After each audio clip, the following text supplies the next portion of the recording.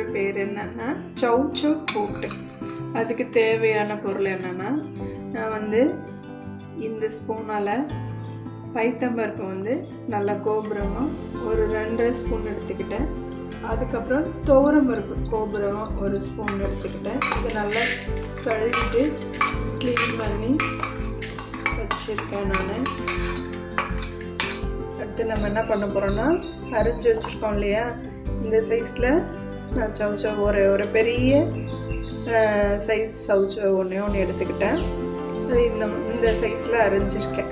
இதை வந்து இப்போ இது கூட இந்த பருப்பு கூட சேர்க்க போகிறேன். எல்லாமே நம்ம வந்து 1 by 1 போட போகிறோம். சௌச்சௌ போட்டாச்சா, அடுத்தது வந்து ஒரு குட்டி வெங்காயம் ஒன்று, சின்ன வெங்காயமாக பார்த்து ஒரு பெரிய வெங்காயத்தில் ஒன்று அரிஞ்சு வச்சுருக்கேன். பெரிய வெங்காயத்தில் ஒரு சின்ன சைஸ். அதுக்கு அடுத்தது பூண்டு இடித்து வச்சுருக்கேன், அதை போட போகிறேன். ஒரே ஒரு பச்சை மிளகா, ஒரு குட்டி தக்காளி, அதை இதோட சேர்க்க போகிறோம். அரிஞ்சு வச்சுருக்கேன், இதை சேர்க்க போகிறோம். இதுக்கு தேவையான உப்பு போட போகிறேன். இதுக்கு தேவையான உப்பு போட போகிறேன். கொஞ்சம் நான் என்ன பண்ணேன்னா, காலையில் நிலக்கடலை கொஞ்சம் உரித்து ஊற வச்சுருக்கேன், அதையும் இதோட சேர்த்துக்க போகிறேன். இது ரொம்ப நல்லா செஞ்சு பாருங்கள், ரொம்ப அருமையாக இருக்கும். இந்த நிலக்கடலை வந்து நம்ம தனியாக எப்பவும் சாப்பிட முடியாது. இந்த மாதிரி அப்பப்போக்கு எதுலையாவது நடுவில் ஒரு ஃபுட்டோ கூட நம்ம எடுத்துக்கிறது நல்லது. அது இந்த கூட்டோடு சேர்க்குறப்ப இன்னும் ரொம்ப ருசியாக இருக்கும். அது கூட கொஞ்சமாக மஞ்சத்தூள்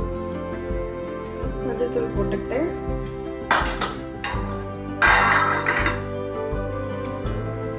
அதுக்கப்புறம் கொஞ்சம் இதில் தண்ணி ஊற்றிக்க போகிறோம்.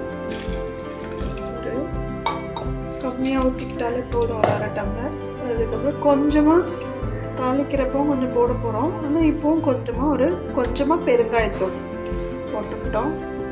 அடுப்பை பற்ற வச்சு அடுப்பில் வச்சுக்க போகிறோம்.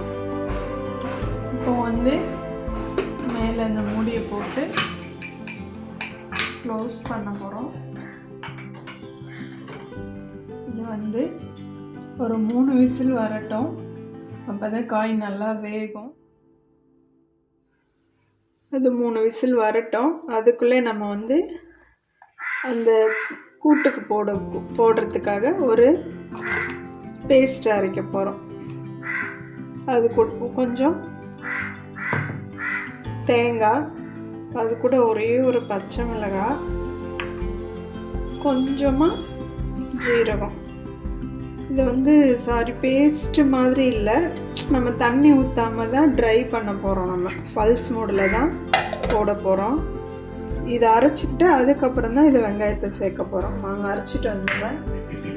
இந்த மாதிரி நொரன்னு பல்ஸ் மோடில் போட்டுக்கிட்டு, அது கூட இப்போது நம்ம வந்து எடுத்து வச்ச ஒரு 10 பல்லு வெங்காயம், அதையும் போட்டு இதே மாதிரியே பல்ஸ் மோடில் போட்டுக்கிறோம். இது வந்து நைஸாக தண்ணி ஊற்றி கூட அரைக்கலாம், ரொம்ப திக்னஸ்ஸாக இருக்கும். நம்ம வந்து கூட்டுங்கிறதுனால இந்த மாதிரி அரைச்சி போட்டிங்கன்னா ஒரு டேஸ்ட் கிடைக்கும்.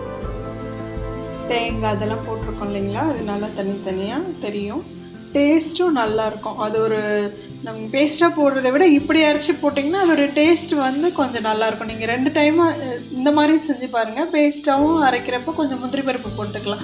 இந்த டிஷ்ஷை வந்து ரொம்ப ஹை ரிச்சாக காட்டணுன்னா கொஞ்சம் முந்திரி பருப்பு ஊற வச்சு இதோட அரைச்சி போட்டிங்கன்னா இன்னும் நல்லாயிருக்கும். நம்ம ஓப்பன் பண்ணி பார்க்க போகிறோம். நல்லா வெந்திருக்கு பார்த்தீங்களா, உடையாமல். 3 விசில் விட்டால் போதும். திரும்பவும் இதை நம்ம வந்து கொதிக்க வைக்க போகிறோம்.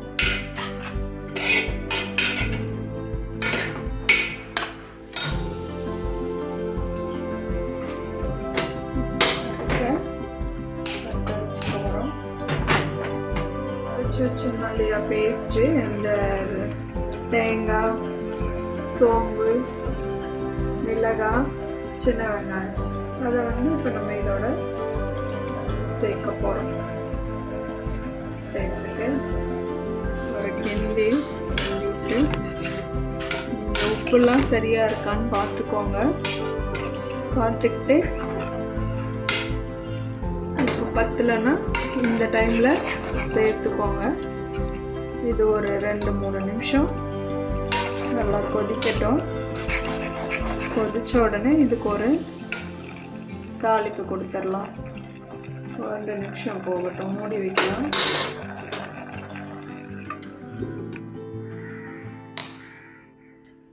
ரெண்டு நிமிஷம் கழித்து திறந்து பார்த்தோம். நம்ம இப்போது இதை பாருங்கள், நல்லா ஆல்மோஸ்ட் வந்து நமக்கு நல்லாவே குக் ஆயிடுச்சு.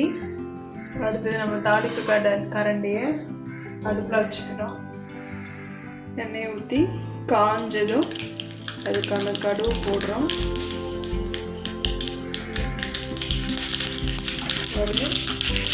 மிளகாய் போட்டுக்கிறோம்.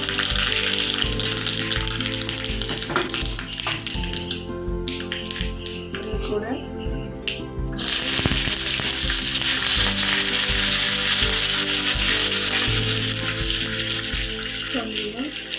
வெங்காயம் போட்டுக்கிறோம். அதுக்கப்புறம்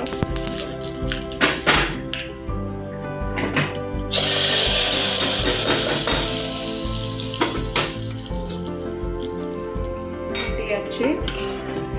அவ்வளோதான், நமக்கு வந்து கூட்டு ரெடி ஆயிடுச்சு. ரொம்ப சிம்பிளாகவும் அதே டைமு ரொம்ப டேஸ்டாகவும் ரெடி பண்ணிடலாம். குறைஞ்சபட்சம் 15 நிமிஷம் தான். இப்போ குயிக்காக காலையில் வேலைக்கு இல்லை எங்கேயோ போகிறோம், கிளம்பிட்டோம் அப்படின்னா இந்த ஒரே ஒரு சவுச்சவ் இருந்தால் போதும். ஒரு 15 நிமிஷத்தில் ரெடி பண்ணிவிட்டு இது கூட ஒரு தயிர், ஒரு அப்பளம், ஒரு வீட்டில் இருக்கிற ஒரு ஊறுகாய், இதை வச்சு ஒரு வேளை சாப்பாட்டை நம்ம வந்து முடிச்சிக்கலாம். இதுக்கு தோசைக்கும் நல்லாயிருக்கும், ரைஸுக்கும் நல்லாயிருக்கும். தோசைக்கு ரைஸ்க்கு ரெண்டுக்குமே நல்லாயிருக்கும். நீங்கள் ட்ரை பண்ணி பாருங்கள், ரொம்ப அருமையாக இருக்கும். ட்ரை பண்ணிவிட்டு கமெண்ட் பண்ணுங்கள். நமக்கு அருமையான கூட்டு இப்போ ரெடி ஆயிடுச்சு. இதுக்கு மேலே கொஞ்சமாக கொத்தமல்லி தழையை தூவி விட்டுக்கலாம்.